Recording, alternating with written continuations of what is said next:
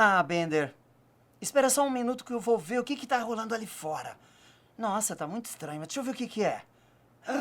Não acredito! Quanta gente legal! Nossa, a Inara, o Andreas, Ingrid, até o Rodolfo, Bender, Rafael, o Cangeli. Eu não acredito! O que eles estão fazendo aqui no futuro? Ah, não, eu vou ter que descer lá, Bender. Só um minutinho, já volto. Esse torneio do poder veio pra mudar a minha vida. Android 18, Goku, vamos logo. Eu preciso viajar com a minha família e derrotar o mal. É o torneio do poder, pessoal. Ah, cala a boca e pega esse dinheiro logo, vai. Bom, eu sou Figueira Júnior. Eu tenho só 30 anos de dublagem, um pouquinho mais, né? Abafa a idade. Uns 15 de direção em dublagem. E fiz muitos trabalhos, muitos personagens que no lado ator a gente gosta, porque a gente vive os momentos, as emoções de coisas que os humanos têm, que são os sentimentos. Então eu posso estar fazendo o padre de manhã, o bandido à tarde e o mais soft, aquele romântico, tipo um Romeu e Julieta, mais à noite. E é isso que é o trabalho do ator, viver os sentimentos, se aprimorar neles e deixar uma verdade para quem está assistindo, só que uma verdade que já está pronta lá na tela e a gente só traduz o que está acontecendo ali. Bom, eu estava no TBC fazendo um espetáculo chamado Gato de Botas, eu era o gato. Aí tinha Elcio Sodré, que também estava apresentando um espetáculo lá, e porque ele tem umas 3 salas ali. Já não existe mais esse teatro, quer dizer, ainda existe o prédio. E aí eu fiquei sabendo que tinha um estágio na Alamo, fui lá, fiz o estágio por uns 3 meses. Aí o dono, que era o seu Michael, que já faleceu, desceu, fez o teste, gostou da minha voz e eu nunca mais parei. Eu lembro que estava acontecendo um desenho chamado Animais no Bosque dos Vinténs e tinha assim, um monte de coruja, era coruja da pau. E aí a gente falou assim, faz essa corujinha aqui. Tinha umas 2 ou 3 falas. Aí ele me pediu para fazer, ele já estava vendo qual era o meu tipo de voz, eu fiz um tipinho, ele gostou do tipo e me manteve no elenco, nunca mais parei. Isso começando em 1987. Esse foi o teste, tá? E depois desse teste ainda se manteve a série. Então o teste para ele ver como era o tipo, ele gostou. Eu não lembro se eles regravaram essas falas. Eu sei que eu fiz uma outra coruja. As falas não lembro mais, obviamente, e já foi pro ar, que já foi. Isso passava na TV Cultura na época. Eu quero dizer, afinal de contas, você conhece cada um de nós aqui, não é mesmo? O maior intrometido da floresta. Cala a boca, Dorinha. Cara, o trabalho do ator é muito versátil, quer dizer, ele é muito expansivo, então ele abre muitas possibilidades. Eu posso estar em cinema, eu posso estar em televisão, posso estar no teatro, posso estar no teatro de rua. São linguagens diferenciadas que você vai aprimorando, agregando para o teu trabalho de ator, e são formas diferentes de chegar a um público, né? E aí isso foi me deixando muito com muita vontade de experimentar esses segmentos. E aí a dublagem era uma possibilidade que na época não era tão moda assim. Tanto é que hoje está mais na moda, a mídia expande muito o valor das coisas, mas antigamente não era tão na moda, mas era uma possibilidade, isso me encantou. E eu adoro fazer caricatos, né? As pessoas chegam assim, nossa, mas eu não achava que era a tua voz. E isso me fascina, porque quer dizer que pelo menos estou enganando direitinho. E aí as pessoas gostando, vindo dessa forma, me encantava. E aí eu comecei a falar, não, eu não quero parar, não. O ator ele tem que estar sempre em reciclagem. Ele vai reciclando porque as gírias mudam, as pessoas mudam. Cada diretor, cada instituição, cada lugar, vocês mesmos aqui, cada faculdade deve ter uma linguagem, uma forma de exigir o que eles querem dos alunos, até por conta da pedagogia, do ensino e tal. No teatro, na linguagem, no nosso trabalho, a gente tem que estar de acordo com o que o universo, vamos chamar de universo, as pessoas que assistem ao nosso trabalho, que consumem esses sentimentos, esse lazer, esse tipo de lazer, e aprendizado, que são muitas mensagens legais também, tanto da parte do que se deve fazer ou não, né? Porque são mensagens. Então, isso vai fascinando. Agora, essa reciclagem é preciso, então a gente está sempre num aprendizado. Até morrer a gente vai estar aprendendo em formas novas de expressar o sentimento, e isso me fascina também. Eu já fazia teatro, como eu falei, eu estava fazendo teatro no TBC, Então eu já era ator, já estava no trabalho de ator com grupos profissionais fazendo teatro, e aí pintou a ideia do estágio em dublagem, aí eu fui, então eu já tinha DRT. Geralmente para se trabalhar, para se trabalhar como dublador a gente tem que ter o DRT, porque é quase como uma empresa que vai te contratar como motorista. Ele entende que se você tem o CNH, o que não garante que você vai ser um bom motorista, mas ele entende que você vai saber o que é um farol vermelho, se você atravessar ele você vai pegar multa, você vai entender um pouco desse relacionamento entre você dirigindo um carro e a estrutura na cidade, coletiva, andando na rua. O ator ele também precisa dessa compreensão, desse entendimento. Então quando o diretor te chama, quando alguém te chama, um estúdio te chama para fazer um trabalho de dublagem, ele entende que você chegando ali, você já sabe o que é uma ironia, o que é uma coisa mais com felicidade, e você vai expressar melhor esse sentimento, então a gente não vai precisar dar uma aula dentro do estúdio para te ensinar a falar aquilo. E aí você transmite isso na fala e a diretora aprova não. Eu gosto de trabalhar, sou ator, eu gosto de fazer o garçom, eu gosto de fazer o motoqueiro, eu gosto de fazer o entregador de pizza, que aliás em Refém do Espírito eu fiz um entregador de pizza que se apaixona pela pessoa que pede a pizza e olha eu dando spoiler. E aí o marido que já faleceu não deixa que eu fique com ela, quer dizer, o meu personagem fique com ela por conta da coisa que vai aumentando. E era só um entregador de pizza. Acabou de se mudar? Isso? Mais ou menos. É a minha casa. Eu estive fora por um tempo. Eu percebi. Esta casa ficou muito tempo fechada. Eu achei que os policiais tinham... sei lá. Então eu gosto, às vezes evoluir, por exemplo, o Android 17 começou como um Android. Eu acho que quem escalou, que foi a Angélica que me deu esse presente, nem fazia ideia, nem ela nem eu, a gente fazia ideia que fosse continuar. Era uma ponta, como faz o Homem 17, faz o Garçom e tal.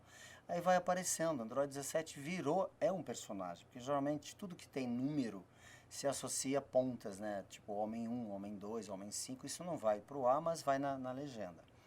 Então, o Android 17 começou pequeno, foi aumentando, e hoje temos o Android 17 bem participativo. O Akira, que é o autor da série, ele dá chance a todos os personagens aparecerem, cada um tem o seu momento, e eu acho isso hilário na arte. Todo escritor, todo autor, todo diretor, quando vai dirigir alguma coisa, por menor que seja, ele deve dar chance a que isso apareça, porque faz parte da linguagem. O que foi desta vez? Tá passando um perrengue, hein? Você quer uma ajudinha aí? Tá tudo bem. Lutar com essa fera aí me fez lembrar dos animais lá na minha ilha e eu dei uma descuidada. Hora de lutar a sério. Eu costumo dizer que o Android 17, que tem uma mensagem bacana da batalha, se você não batalhar, você não vai ter resultados, você deve batalhar cada um do seu jeito.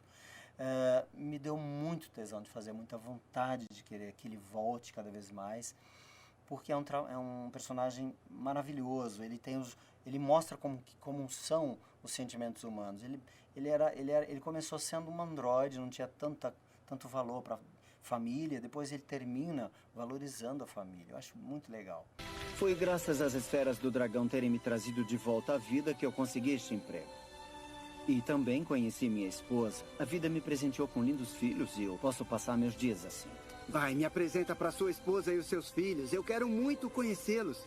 Do Fry, que foi um presente de Deus também, eu fiz o teste, eu estava na Dublavídeo. Aí a Lucilena, que dirigia a série, falou que começou dirigindo a série, ela estava fazendo uma outra produção. Eu fui lá dublar com ela, falou, por que você não faz o teste para uma série nova que está aí? Eu falei, vamos fazer. Fiz o teste, daí não dava nada, porque tinha outros colegas que hoje, tops da dublagem, fizeram também. E de repente veio a coisa e falou, Figueira, você ganhou o teste. Então achei ótimo. E o Fry, ele cuida de uma outra temática, que é a amizade. Aquele amigo, aquela pessoa. Eu acredito que o ser humano, ele depende desse carinho que ele recebe das pessoas. Tem o Bender, que é todo atrapalhado, que é o robô, mas que na verdade ele é o mais corajoso, acaba sendo mais corajoso. A Lila representa a informação, a mãe que cuida, está sempre ali dizendo não, e aí eles consultam ela para uma opinião, etc e tal, isso visto de fora. E o Fry é aquele menininho, sabe, o filho de papai, que acha que sabe tudo, mas de repente ele é o mais cagão. Então, os três unidos formam uma personalidade. Eu acho isso bonito, eu gosto dessas coisas, que eu chamo de psicocoisa. O que está fazendo? Me demitindo. Por quê? Porque eu sempre quis fazer isso. Eu não tinha percebido antes de conhecer você.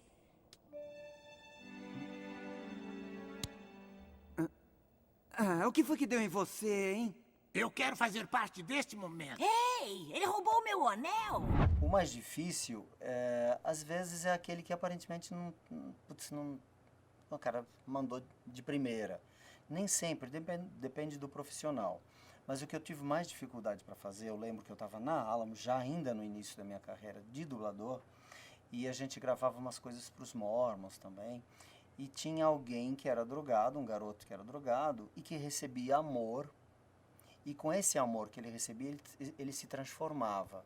Só que nessa coisa drogada apareciam cenas onde ele estava mesmo drogado, né, e foi difícil fazer, porque cada personagem tem um linguajar, uma forma de se expressar. E colocar isso na boca dele, com trejeitos, é quase como fazer um gago, por exemplo, dublando. É difícil. Então, eu lembro da dificuldade, talvez até porque eu estava começando, então ficou na minha memória como sendo um dos mais difíceis.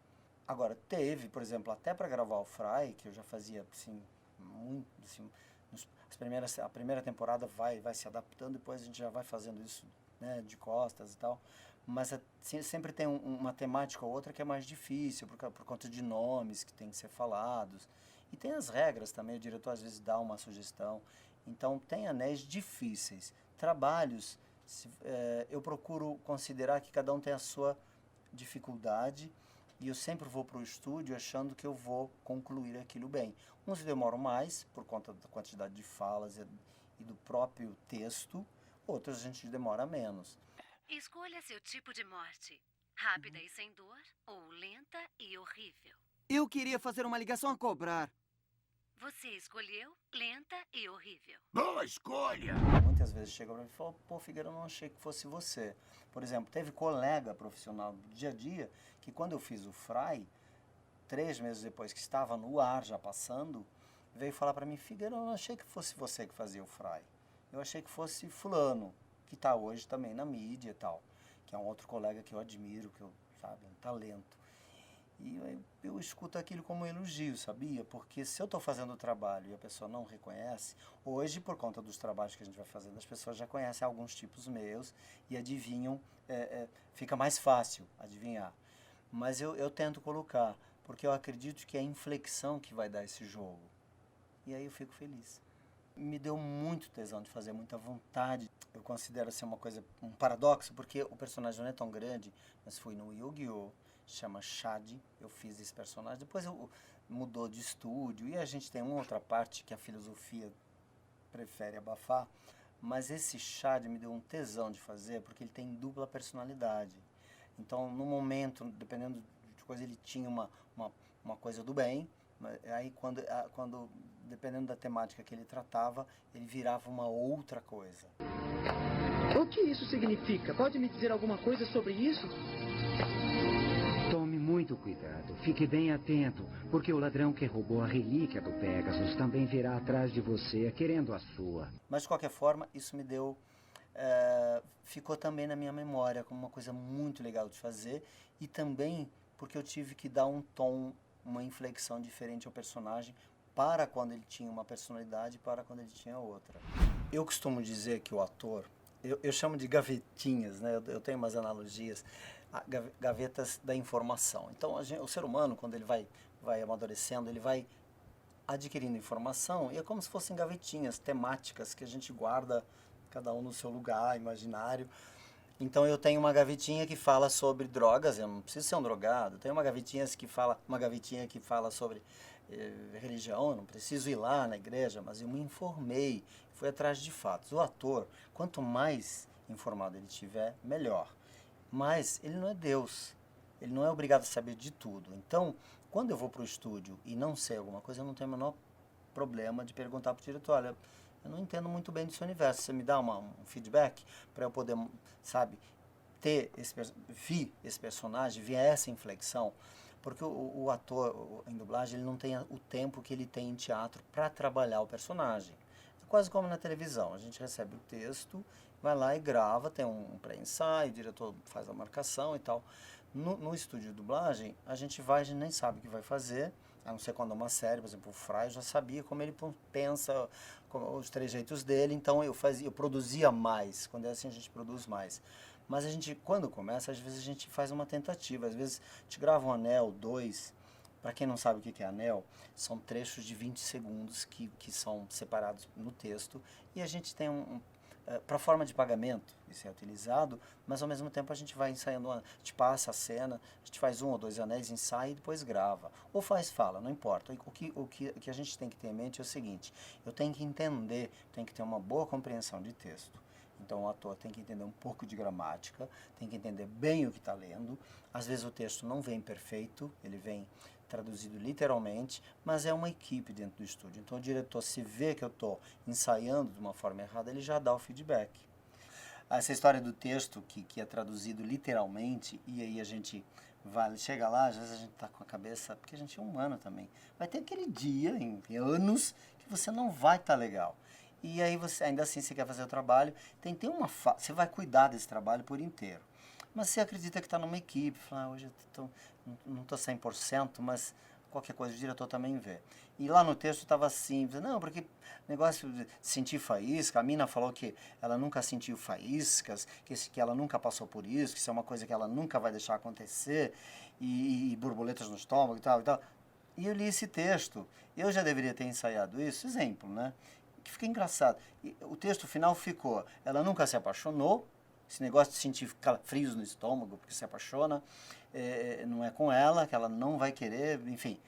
E a gente passa por esse processo. Então tem coisas que às vezes saem que a gente não fala no dia a dia. Agora traduzir isso para o mundo do palavrão, por exemplo, eu vou chutar a sua bunda, eu vou chutar o seu traseiro. A gente ri, a gente torna isso um pouco mais divertido, porque isso vem traduzido. Se a gente não mudar, fica estranho. Hoje a gente pode falar, antigamente não podia. Tá lá o cara, vai, motherfucker, vai se foder. E aí a gente, no Brasil, que tem essa mania do palavrão, a gente fala, eu vou chutar esse traseiro, seu filho da mãe. Quando você tá nervoso, mas nem criança fala, você entendeu? Então essa parte fica engraçada, a gente se diverte um pouquinho. Mas tem o lance do trabalho do ator, né? Então, voltando para o trabalho do ator, eu quero dublar, eu quero trabalhar, poder mostrar que eu sou capaz de fazer o garçom com uma verdade igual a que eu vou fazer o protagonista de um filme, de uma série, tá? Então, é legal poder mostrar isso. E quero que as pessoas continuem. Eu, pessoalmente, nossa, que legal, foi você que dublou? Nossa, que legal. Enquanto tiver isso aí, tá bom. Quer dizer, não que eu me incomode com a outra parte, mas é legal. Eu costumo dizer que a dublagem, ela requer que o ator saiba expressar os sentimentos. Mas, obviamente, é como se eu for falar, por exemplo, se eu for ler a Bíblia dentro de uma igreja em Aparecida, eu vou ler com uma coisa mais tranquilinha, Jesus, sabe, irmãos, para deixar as pessoas tranquilizadas, elas vão lá atrás de paz, etc. Se eu for ler um livro numa praça, eu vou ler com mais projeção, para as pessoas ouvirem e tal. O desenho, ele tem um movimento de boca, de abre e fecha. Hoje, com a história de 3D, quase perfeita, eles abrem, fecham, eles desmembraram mais os movimentos, então a boca quase que casa, que é o voz original, que também eu fiz esse trabalho na TV Cultura, com uma massinha que chamava Detetive da Cultura, que eu fui locutor da TV Cultura há uns 3 anos, e eles me deram de presente, fora as locuções que eu fazia, da temática infanto-juvenil, eu tenho que fazer essa entre parênteses, que a Cecília Lenz também fazia a parte feminina, então apresentava, agora a seguir, as marcas que apoiam a cultura, eram mais ou menos um tom por aí. Mas aí tinha esse detetive que tinha uma voz tipo, e agora vocês podem ver no MASP a exposição, e aí eu tinha fazendo esse bonequinho, uma massa verde. Elementar, meu caro amigo, desvendar os mistérios das artes é comigo mesmo, o detetive da cultura. Vejamos, estamos no Parque do Ibirapuera. O que temos aqui? Qual a diferença? A diferença é isso. Eu tenho que ver o que está acontecendo lá. Na dublagem, eu não tenho que inventar, criar coisas que não existem. Eu tenho que traduzir o que está acontecendo lá para a minha linguagem, para que você que está assistindo entenda.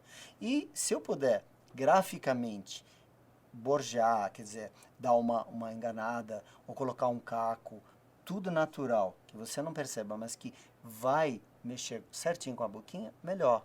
Então, tem personagens humanos que são difíceis de trabalhar por outros motivos, mas de boca, o desenho dá pra gente enganar um pouquinho mais. Mas isso também depende da qualidade do desenho. Hoje em dia ele está tão perfeito, pelo, boca, olhos, expressões, que eu tenho que cuidar praticamente igual desse trabalho, quanto se fosse um filme, porque, né, com humanos. Então eu prefiro responder, finalizar dizendo assim, eu vou para um trabalho de ator, eu tenho que fazer o melhor, adequado ao que está acontecendo ali na tela. Eu dirijo há 15 anos dublagem. Quando a gente dirige, e por opção também, eu quis ficar mais dentro do estúdio, aprimorando essa técnica, né, de direção, porque é um outro ponto de vista. Eu passo a ver a melodia inteira, mesmo que eu grave ela em trechinhos, eu passo a administrar isso diferente. Por conta dessa coisa do jogo também, agora tem mais estúdios trabalhando, dublando localização, fazendo localização. Então, vai pontando mais. E eu nunca fui um dublador que fui lá e fez muitos jogos. Mas o que eu faço, eu gosto. O Far Cry, por exemplo, me deu um tesão fazendo, porque a temática é muito legal, né? Tem a ver com filosofia de captação, né? Para pertencer àquela seita. É muito legal, é forte o jogo.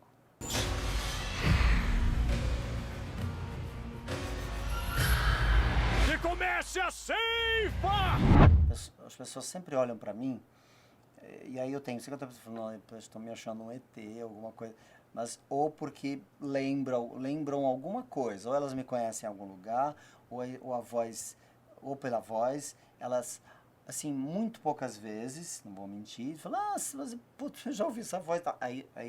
Mas são poucas vezes. O que acontece comigo é sempre a pessoa olhar, aí ela conversa, aí eu vou filtrando, se é porque, bom, não, vou por eliminação, bom, ela não me acha um ET, não. Aí às vezes uma inflexão ou outra, aí eu já faço de propósito, faz com que a pessoa, já sei, aí ela lembra. Então isso acontece um pouco, não muito não, porque também a gente tem essa possibilidade de andar mais escondidinho, né, porque tá atrás da voz e tal.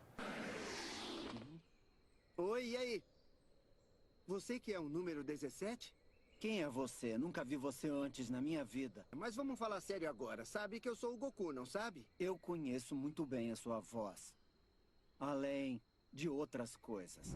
Então na dublagem, os trabalhos que a dublagem me deu, todas as cenas, as situações que a dublagem me proporcionou, fizeram com que eu fosse dar aula, por exemplo. E aí, há uns 7 anos mais ou menos eu dou aula, e eu fico muito feliz quando alguém vem, como uma senhora, que nem é atriz, veio falar para mim, Figueira, antes das tuas aulas, eu falava pro meu marido que eu amava ele não acreditava. Agora eu falo, eu te amo, ele acredita. E por quê? Porque o exercício, no curso eu formatei as coisas de um jeito que, quando você vai lá, você precisa se encontrar, e eu não digo assim, você vai ser ou não dublador, você vai descobrir os elementos que faltam para que você cresça, caso você queira exercer esse trabalho. Então as pessoas vão lá, mesmo sem DRT, aprender coisas, descobrir técnicas, descobrir formas de se expressarem, porque a gente precisa disso como ator.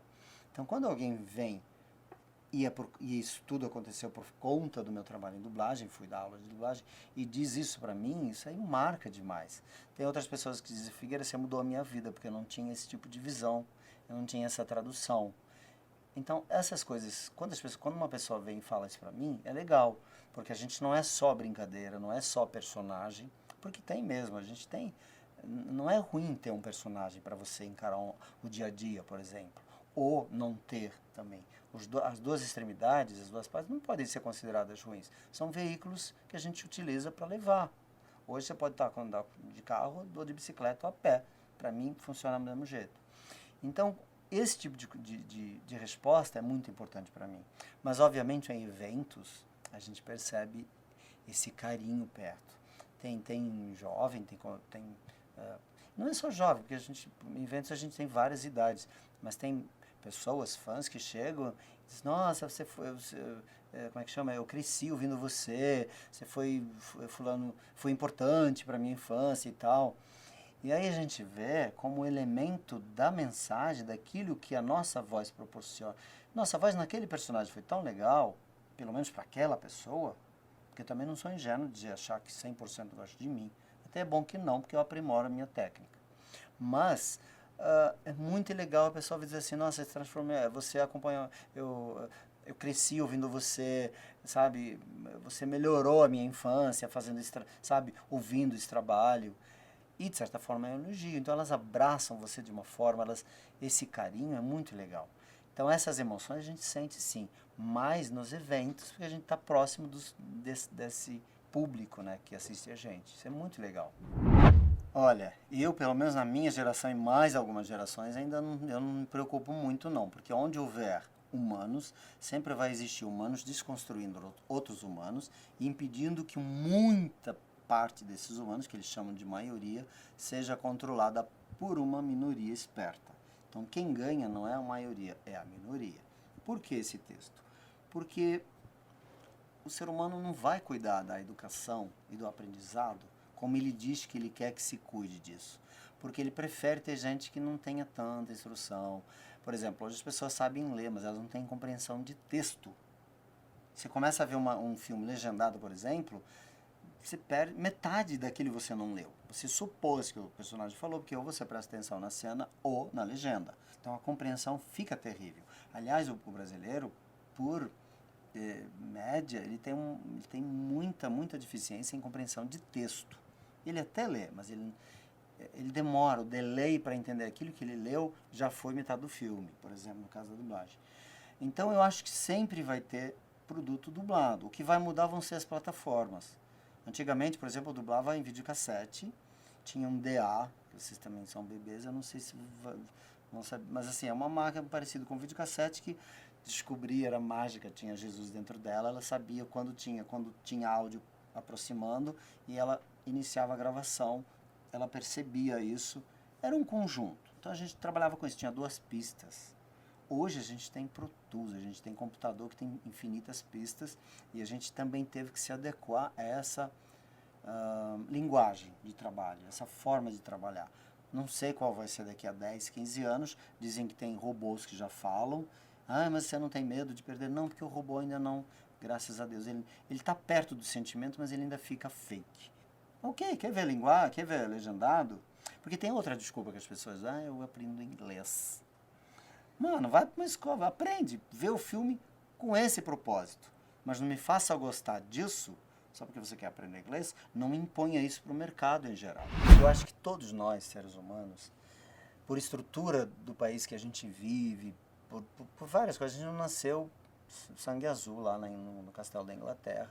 Então a gente é obrigado... Antes a gente costumava dizer que a gente matava um leão por dia, hoje a gente mata 3 para fazer a mesma coisa. Não é porque tem mais produto final com 3, mas para produzir a mesma coisa a gente tem que matar 3. Então a gente tá ficando melhores do que, não melhores seres humanos, mas melhores administrando isso do que aquele cara que precisava matar só um. Tá? Tem alguns momentos que a gente vai, batalha, a gente quer produzir mais, quer trabalhar legal, mas sempre tem uma coisa dando para trás. E teve sim uns 2 ou 3 momentos que eu falei assim, quer saber, eu vou jogar tudo pro alto. Mas aí, esse tudo pro alto, vem aquele insight de 5 segundos e depois assim, mas se eu for trabalhar no supermercado de caixa, vai ter o chefe que é uma pamonha que vai me deixar triste, vai ter aquele professor que vai me encher o saco, vai ter aquele professor... E eu não posso associar isso a cargos, que tem isso também. Se um professor é ruim, todos são.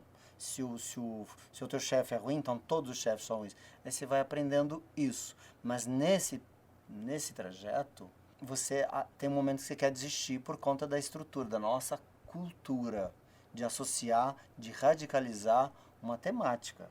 Tá? Se vocês fazem um trabalho, por exemplo, a gente está brincando não, dialogando, né? Porque eu acredito que diálogo é isso. Se por algum motivo, um detalhezinho ou outro, você vê que caiu um bonequinho e tal, mas não deu certo, isso quer dizer que o trabalho ficou uma porcaria? Não. Somos humanos e a gente não gosta de aceitar esses detalhes. São nesses momentos que a nossa bateria tá fraca que a gente quer desistir. Mas eu aprendi que não, que é uma área maravilhosa, que é uma área que trabalha com sentimentos e que é isso que eu quero. Então não vou desistir nunca, a não ser que venha um sei lá, um asteroide e acabe com tudo aí. Mas a gente tem que assumir que a gente pode chorar, a gente tem que dar esse tempo. Ou você já viu alguma bateria não ser carregada? Então, a gente fala, eu vou chutar esse traseiro, seu filho da mãe! Quando você tá nervoso, mas nem criança fala, você entendeu? Então, essa parte fica engraçada, a gente se diverte um pouquinho, mas a gente já aprendeu a administrar isso também. A gente segura risada. Foi muito engraçado. É porque a gente faz as Ninguém fala, imagina!